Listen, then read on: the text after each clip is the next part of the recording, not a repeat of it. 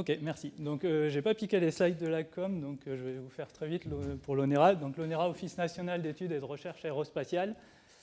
On est en France, on aime bien être originaux, on serait dans d'autres pays. L'ONERA et le CNES, ce serait la même chose, ce serait la NASA, le DLR, la JAXA.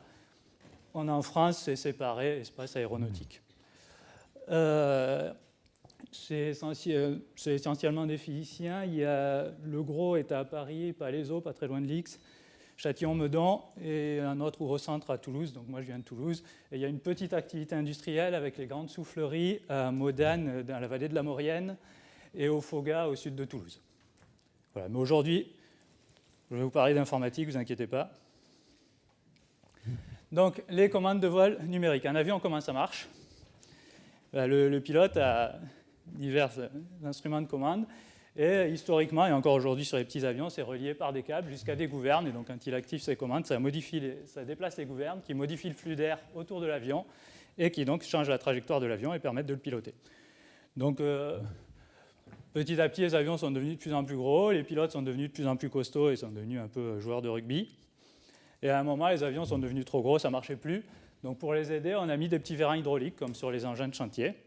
Et du coup, ça a permis, au final, de placer des ordinateurs entre le pilote et les gouvernes. Donc ça, c'est un calculateur de commande de vol d'un avion commercial. Et vous pouvez voir la fameuse duplication dont on parle depuis ce matin. Vous voyez qu'en fait, il y a deux ordinateurs, c'est complètement un miroir, il y a deux fois la même chose dans la boîte. Il y a un capot au-dessus, hein, c'est blindé. Parce que ça vole, c'est pas des satellites, mais ça vole quand même déjà assez haut un avion. Et on a enlevé le capot, là, c'est ce qu'on a sous le capot. Donc pourquoi on veut faire des commandes de vol numériques? Pourquoi on s'embête à mettre un ordinateur entre le pilote et l'avion? Alors ça permet d'améliorer le confort de pilotage pour le pilote. Hein. C'est juste les commandes de vol numériques, c'est jamais que le descendant des pilotes automatiques qui permettait de conserver une trajectoire sans trop fatiguer le pilote sur des longueurs de vol. Ça permet aussi de faire en sorte que plusieurs avions différents aient un même ressenti pour le pilote, et du coup ça permet de partager une qualification de type sur plusieurs avions, et donc ça permet aux compagnies aériennes d'optimiser leurs opérations. Alors il faut le faire bien sûr, il ne faut pas faire passer les actionnaires avant les ingénieurs, mais si c'est bien fait, ça marche. Je ne vise personne. Et plus intéressant, ça permet d'améliorer la sécurité aérienne en évitant que le pilote, par inadvertance, mettre l'avion dans une situation qui serait soit inconfortable, voire dangereuse pour les passagers, voire pourrait attenter à l'intégrité de l'avion, ou par exemple le faire décrocher. Donc ça, c'est ce qu'on appelle la protection de l'enveloppe de vol. On n'a évidemment pas de statistiques, mais on peut imaginer que depuis une trentaine d'années qu'on a ce type de mécanisme, ça a certainement sauvé des milliers de vies. Et dernier point. Bon, alors, ouais, ça reste un avion, hein, je ne vais pas vous dire que c'est écolo. Mais ça permet quand même d'augmenter un peu l'efficacité énergétique de l'avion. Puisqu'un avion, comment ça marche? C'est un peu comme une balance de Roberval. Il y a la portance qui tire l'avion vers le haut, donc qui s'applique au niveau des ailes. Le poids de l'avion qui s'applique au centre de gravité, qui est devant les ailes. Et du coup, pour équilibrer, il faut mettre un plan horizontal à l'arrière qui, lui, va porter vers le bas et donc permettre d'équilibrer. Donc si l'avion monte un peu, il ralentit. Portance de l'aile et déportance du plan arrière diminue, il redescend, et en redescendant, il accélère. La portance et la déportance augmentent, coupe la cabrée, et en fait, un avion bien centré et bien trimé, ça fait des vagues, sans que le pilote ait rien à faire. Donc, c'est stable. Sauf que pour arriver à ce résultat, il faut mettre le plan à l'arrière, et vu qu'il pousse vers le bas, il faut plus de portance, donc une aile plus grande, et donc vous avez plus de traînée, donc il faut des moteurs plus puissants, et vous consommez plus de carburant. Donc, si on arrivait à piloter des avions moins stables, on pourrait économiser. Donc les commandes de vol permettent de faire ça. Alors sur les avions militaires, c'est carrément instable, mais c'est pour d'autres raisons. Là, le but, ce n'est pas d'économiser du carburant. Le but, c'est que l'avion il soit très, très mobile et que le pilote puisse se bouger dans tous les sens facilement. Mais donc, par contre, du coup, un Rafale sans commande de vol électrique, ce n'est pas une situation d'avenir. Hein. Il y a un siège éjectable, ça peut aider. Les passagers n'en ont pas, et du coup, pour l'instant, les avions commerciaux sont encore stables. Donc, du coup, on comprend bien que ces systèmes sont des systèmes critiques. On ne veut pas qu'ils dysfonctionnent, ça pourrait avoir des conséquences graves. Et donc, on aimerait avoir quelques garanties sur leur correction. Et donc, ce que je vais vous présenter là aujourd'hui, c'est un ensemble de travaux de mes collègues et moi-même à l'ONERA à Toulouse, une petite sélection de diverses choses qu'on fait pour essayer d'arriver vers cet objectif. Alors, on y arrive plus ou moins. Donc, je vais d'abord vous parler un peu d'analyse de sûreté de fonctionnement, mais vous en avez déjà entendu beaucoup dans les exposés précédents. Ensuite, je vais redescendre au niveau matériel pour vous parler de l'usage des multiprocesseurs, enfin des processeurs multicœurs dans les avions. Donc là, on redescend sur le matériel. Je reprendrai un peu de recul pour parler du réseau embarqué, puisqu'il y a plein de choses à faire communiquer dans un avion. Et enfin, je vous reparlerai un petit peu de logiciels et de questions numériques avec les fameux flottants. Donc voilà, donc je vais d'abord vous parler un peu d'analyse de sûreté de fonctionnement. Je remercie, je ne suis pas du tout spécialiste de ça, mon collègue Kevin Delmas pour le matériel et les explications qu'il a eu la patience de me donner. J'espère ne pas dire trop de bêtises. Donc, je pense que vous en avez déjà entendu pas mal dans l'exposé précédent. Ça, c'est un petit exemple. Je vous ai montré la photo. Le calculateur est dupliqué, donc c'est une façon de se prémunir d'une panne d'un calculateur. On le duplique et on met un petit comparateur derrière. Donc on appelle parfois ça CommMon, Computer Monitor. Et il y a un petit comparateur derrière. Et donc normalement, si un des deux calculateurs seulement tombe en panne, qui ne tombe pas en panne tous les deux en même temps, on évite ce qu'on voudrait éviter, c'est-à-dire d'avoir un résultat erroné sans s'en apercevoir. Et donc mes collègues, alors historiquement, comment on analyse ce genre de choses? On peut faire des arbres de défaillance comme ça, avec des et, des ou à la main. C'est l'analyse de sûreté traditionnelle. Ça marche bien sur des systèmes de taille raisonnable, mais quand le système devient gros, à force de faire des choses à la main, le risque de se tromper, l'erreur humaine devient conséquent. Et puis c'est pénible à faire. Donc mes collègues utilisent un langage qui s'appelle Altarica, dont on a déjà un petit peu entendu parler dans l'exposé précédent, qui a une sémantique formalisée, et donc qui leur permet de décrire les systèmes. Vu que c'est du matériel, là, il y a des histoires de probabilités, donc ils mettent des probabilités de panne pour chaque chose, et ça leur permet de calculer des scénarios de panne qui arrivent aux événements indésirés. Donc voilà, mes collègues travaillent là-dessus. Ils utilisent pas mal Altarica. Ils l'ont appliqué à divers systèmes, entre autres par exemple un système de drone qui est quelque chose d'assez autonome, très reconfigurable, donc c'était un bon exercice. Et leurs analyses ont servi à demander des autorisations de vol à l'autorité de certification pour faire des vols expérimentaux. Quand c'est un peu plus que le drone dans votre jardin, vous ne pouvez pas faire n'importe quoi, même s'il n'y a personne à bord. Et donc avec ça, ils peuvent automatiquement identifier des scénarios. Ça permet de quantifier la probabilité d'occurrence de ces scénarios en fonction des probabilités de panne de chaque équipement individuellement. Et ils peuvent aussi utiliser le résultat de ces analyses pour essayer d'affecter de manière optimale les niveaux de DAL, puisque maintenant vous savez ce que c'est un peu pareil que les cils, les niveaux de qualité de développement. Donc ils ont un outil qui s'appelle le Dalculator qu'ils espèrent rendre libre sous peu. Pour l'instant, c'est encore un truc propriétaire qui ne sort pas de chez nous. Et qui permet d'optimiser les qualités de développement. Donc d'éviter de faire de la surqualité qui coûterait trop cher, ou pire, de se tromper et d'avoir un système qui n'a pas la fiabilité qu'on attendrait.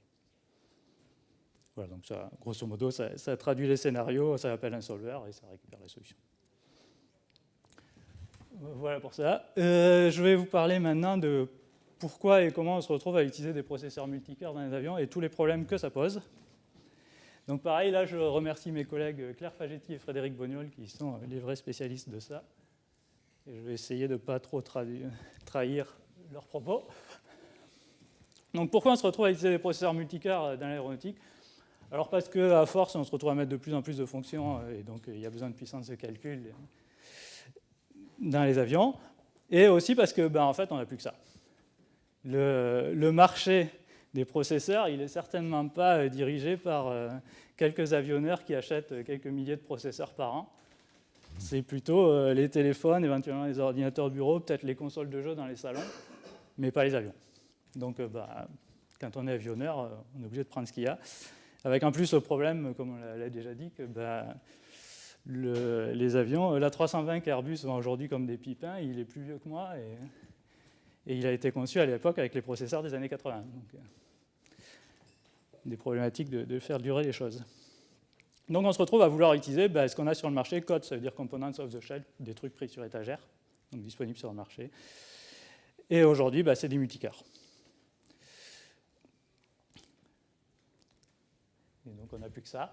Et ça pose un ensemble de problèmes, donc ce qu'ils appellent des interférences. Ben, par exemple, quand deux applications sur deux cœurs différents veulent accéder à la mémoire, ben, il se peut qu'il y ait un peu un clash entre les deux, et du coup, le temps nécessaire à récupérer l'information en mémoire soit difficile à borner.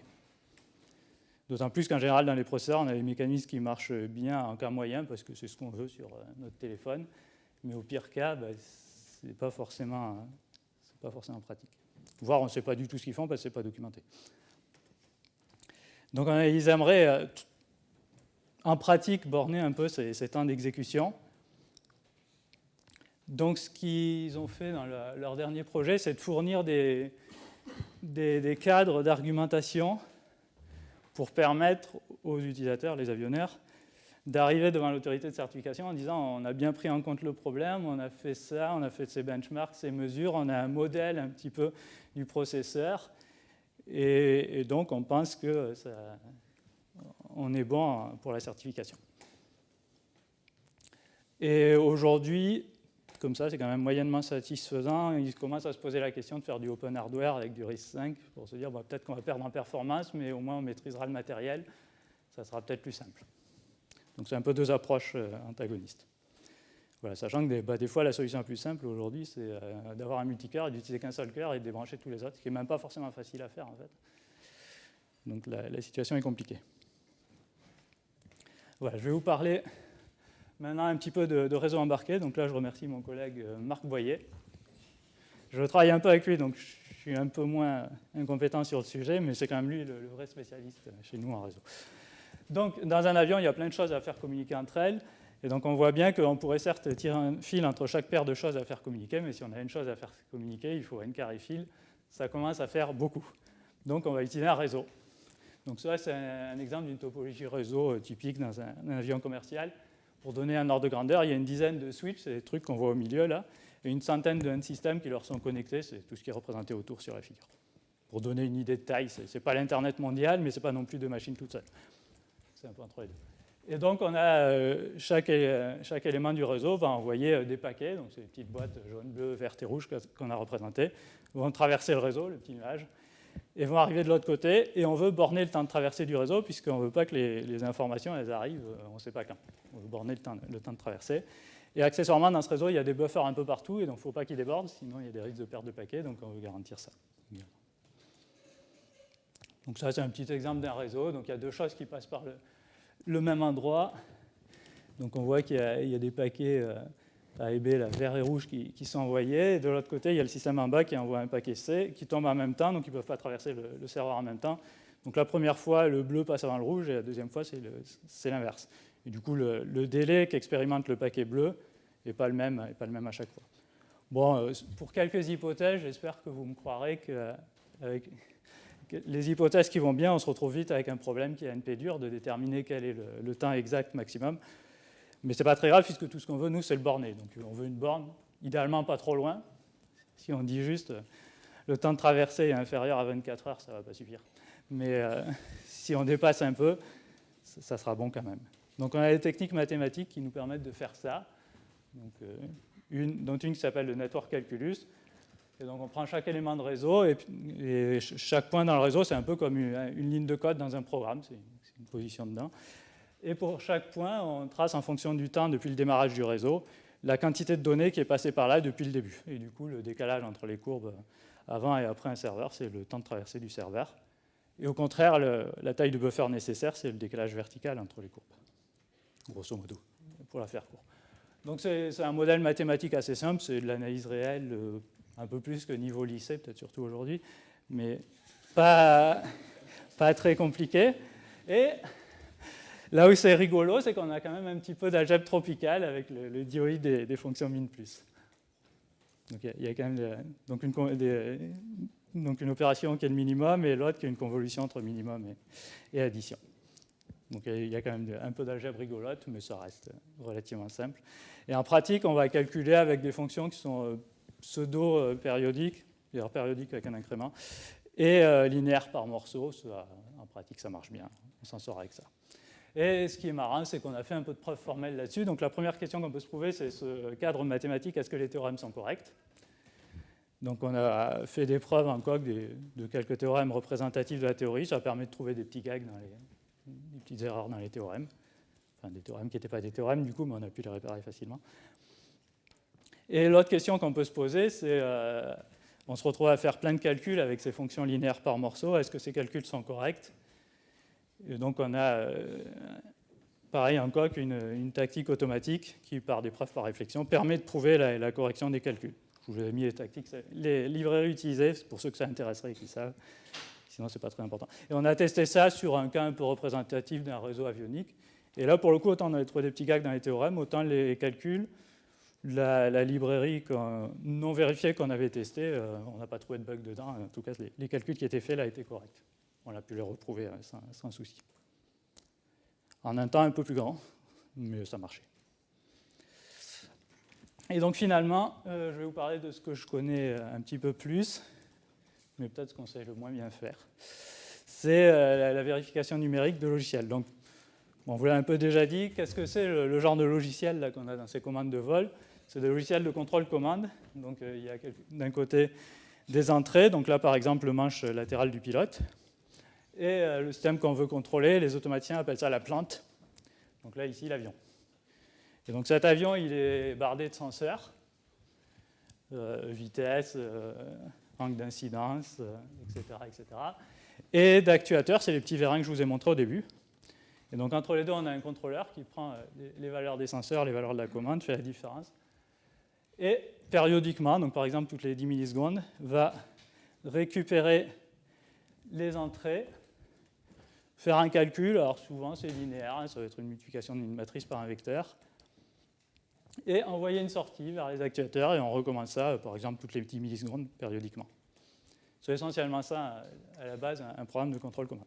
Et donc là-dessus, on aimerait bien prouver la correction de ces mécanismes de protection de l'enveloppe de vol, c'est-à-dire, étant donné un modèle de l'avion, alors ça, sur les grands avions, on a des bons modèles dynamiques, on les a, enfin, l'avionneur les a, et étant donné le code qui est embarqué dans l'avion, enfin, au moins sous forme de code source, après on fait confiance au compilateur, on aimerait prouver que l'avion ne sort pas de son enveloppe de vol. Par exemple, on ne peut pas le faire décrocher, quoi que fasse le pilote.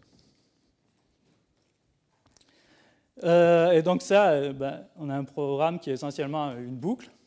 Et donc, en informatique, quand on veut prouver des choses sur des boucles, on aime bien chercher des invariants de boucle, c'est-à-dire quelque chose qui est vrai au début. Ça ne va pas être trop problématique. L'avion au sol, à l'arrêt, ça va, il est bien dans son enveloppe.